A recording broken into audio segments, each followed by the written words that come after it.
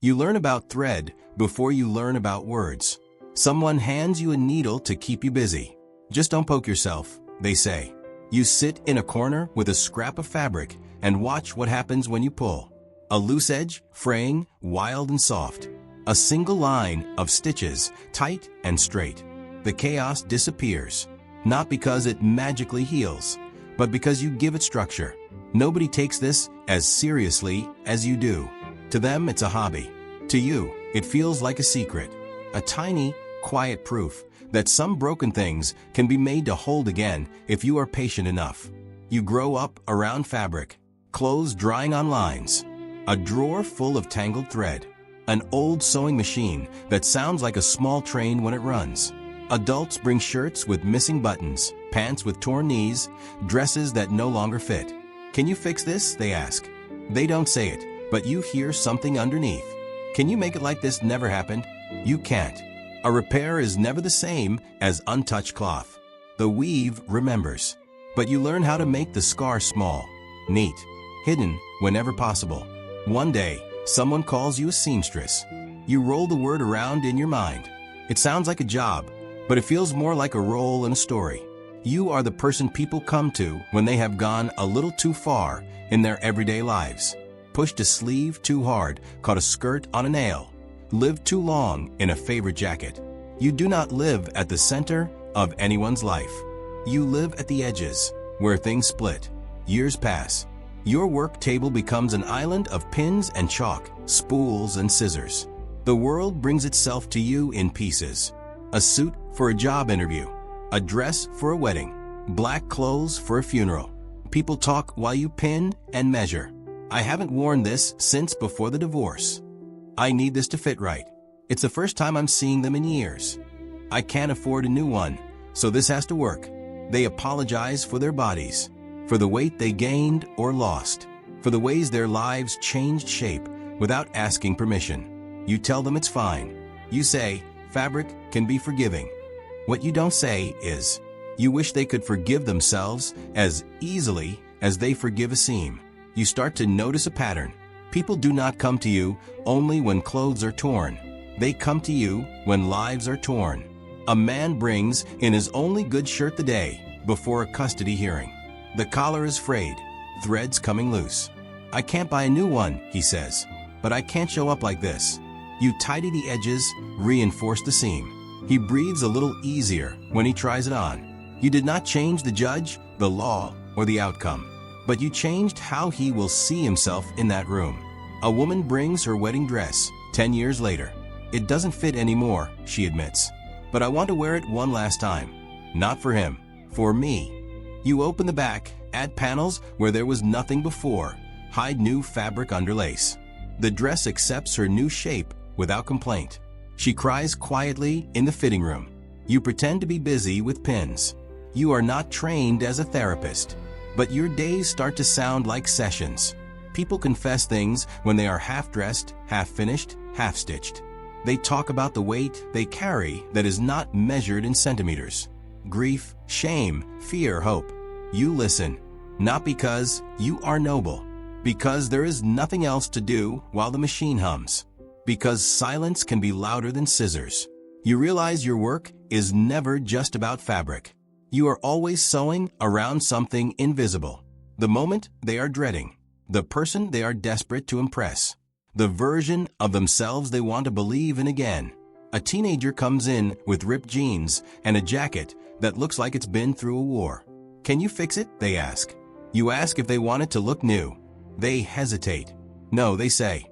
I just don't want it to fall apart completely. You understand.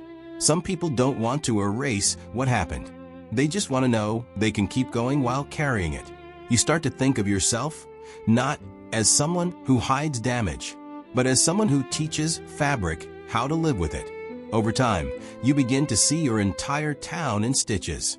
The teacher whose blazer you narrow before the first day of school. The widower whose trousers you shorten because he lost weight after she died. The young parent who needs every seam reinforced because they will be running, carrying, rushing all day. You know none of their stories in full. Only the parts that brush up against buttons, hems, and zippers. Still, it is enough to feel the weight. It's easy to believe you are only mending fabric, until you realize how exhausted you are after a day of listening. How heavy a bag of clothes can feel when you know it contains someone's only interview outfit, or the dress they wore when everything started to fall apart. At night, your hands ache, your back protests, your eyes burn from focusing on tiny details no one else will ever notice.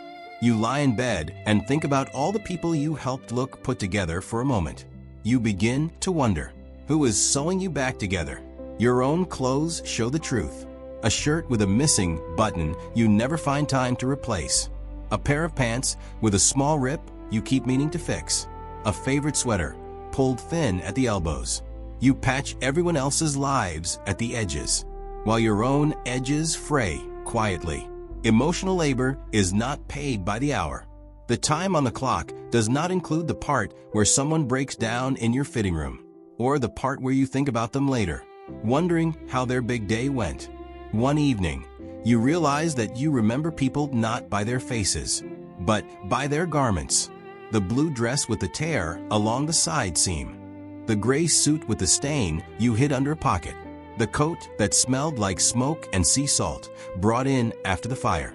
Their pain is folded into your fabric memory. You are proud of what you do, but pride does not stop burnout. Your stitches get tighter when you are stressed. Your seams pull a little too hard, as if you are trying to hold everything together by force. You make a mistake on a simple hem, then another. It's not your hands, it's your heart. It's tired of being the place where other people unload their stories and walk away lighter, while you stay surrounded by piles of unfinished cloth.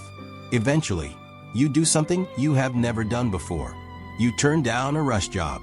Someone begs you. It's for tomorrow. It's really important.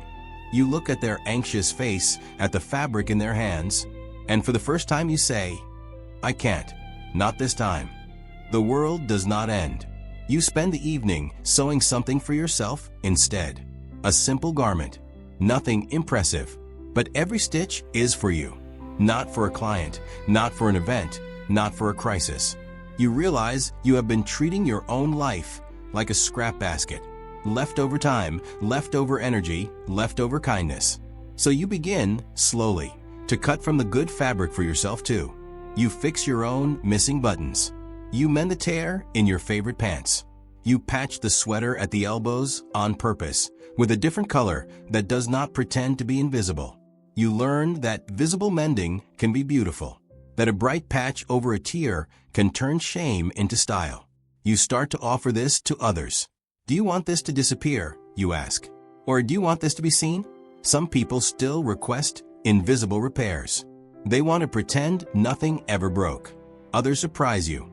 They choose bold thread over subtle. Patches in contrasting colors. Embroidery where a stain once was. They choose to tell a story instead of hide one.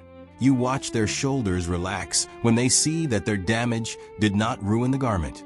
It transformed it. Somewhere along the way, you stop believing in perfect pieces. New clothes still arrive in bags and boxes, crisp and uncreased. But you know their fate. Life will tug and stain and stretch them. The question is not whether they will ever rip.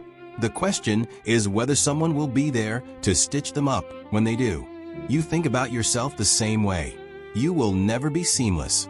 You have scars, overwork, lost relationships, times when you said yes, when you should have said no. But those scars are held together by threads you chose, with your own hands. Your life as a seamstress is not glamorous. There are no red carpets in your workshop, only chalk dust and fabric scraps. Yet when you look back, you see something quietly extraordinary. You have helped people show up to the hardest days of their lives without falling apart. You have sewn courage into waistbands, confidence into shoulders, softness into clothes meant for grieving. And in learning to mend what others wear on the outside, you eventually learn to mend what you carry on the inside. Not perfectly, not once and for all, but stitch by stitch. The older you get, the more you realize. No one's life is a fresh bolt of fabric. Everyone is a patchwork. Some people spend all their energy pretending their seams don't exist. You don't have to. You know that what holds you together, is not the illusion of being untouched, but the care you've taken to sew yourself back again and again.